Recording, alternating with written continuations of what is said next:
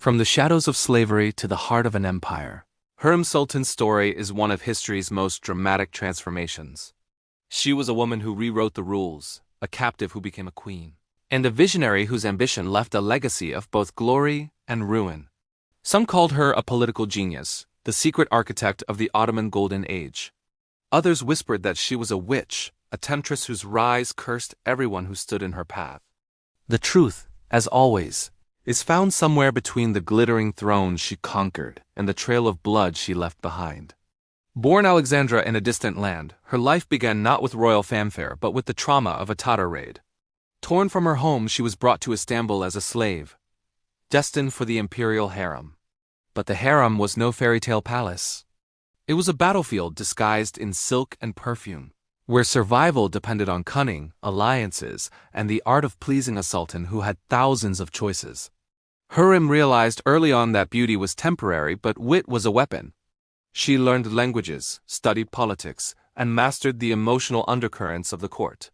Her cheerful, infectious laughter stood out in the tense atmosphere, earning her the name Hürrem, the joyful one. But beneath that joy was a cold, hard determination to never again be at the mercy of others. When Sultan Suleiman the Magnificent first met Hürrem, she was unlike any woman he had ever known. She didn't bow in fear. She teased him. She challenged him. She laughed freely in his presence. Her fearlessness fascinated the most powerful man in the world. Their connection wasn't built on submission but on a spark of defiance that Suleiman found irresistible. As their bond grew, Hürrem ascended from a nameless concubine to the Sultan's undisputed favorite, igniting a firestorm of jealousy that swept through every corner of the palace. But with the Sultan's favor came powerful enemies. The first shadow of Hürrem's ambition fell upon Mahidevran, Suleiman's longtime consort and the mother of his eldest son, Mustafa. For years, Mahidevran had reigned as the most powerful woman in the harem, her status secured as the mother of the heir apparent. Hürrem's arrival shattered that security. The rivalry between them grew from whispers and insults to open conflict. In a moment of rage, Mahidevran physically attacked Hürrem, leaving scars that became symbols of the harem's deep division. When Suleiman saw the marks, his decision was swift and brutal. Mahidevran and her son, Mustafa, were exiled from the capital. It was a clear victory for Hürrem and the first sign that her influence could reshape the very structure of the empire. As Hürrem cemented her power, she began shattering centuries of Ottoman tradition. For generations, the mothers of princes were sent to provincial posts with their sons. But Hürrem refused to leave Istanbul. She remained by Suleiman's side, advising him on state matters and even writing letters to foreign kings. Foreign ambassadors described her as a queen, a political force unlike any woman before her. To the common people, who heard rumors of an enslaved woman now commanding the Sultan's heart, her power seemed unnatural, a product of witchcraft. Yet with every step she took toward the throne, the curse of her ambition grew stronger. Hürrem understood a chilling reality. In the Ottoman Empire, succession was a blood sport. If Suleiman died, her sons would be vulnerable to execution by their half-brother, Mustafa, in the brutal tradition of fratricide. Her every move became a calculated chess game to secure her children's future, no matter the cost. Prince Mustafa, Mahidevran's son, was the people's hero. The soldiers adored him, the public trusted him, and many saw him as the true heir who would restore tradition. His immense popularity became a direct threat not just to her and his sons, but to Suleiman himself. Rumors swirled that Mustafa's supporters were plotting to dethrone the aging sultan. Suleiman, once a rational and just ruler, became consumed by paranoia, fearing his own son. Hürrem's enemies claimed she fueled these fears, whispering poison into the sultan's ear and painting Mustafa as a traitor. Whether she orchestrated it or not, the outcome was devastating. In one of the most infamous and tragic events in Ottoman history, Suleiman summoned Mustafa to his campaign tent. Believing he was meeting his father, Mustafa walked in, only to be met by royal executioners. His desperate struggle was short. As the prince was strangled, the soldiers outside wept. Mustafa's death sent a shockwave through the empire, and the blame fell squarely on Hürrem. Overnight, her reputation transformed. She was no longer just a powerful woman. She was a monster, the foreign witch who had bewitched the Sultan and brought ruin to the house of Osman. The throne her sons would inherit, people whispered, was built on a foundation of their brother's blood. But the curse didn't stop there.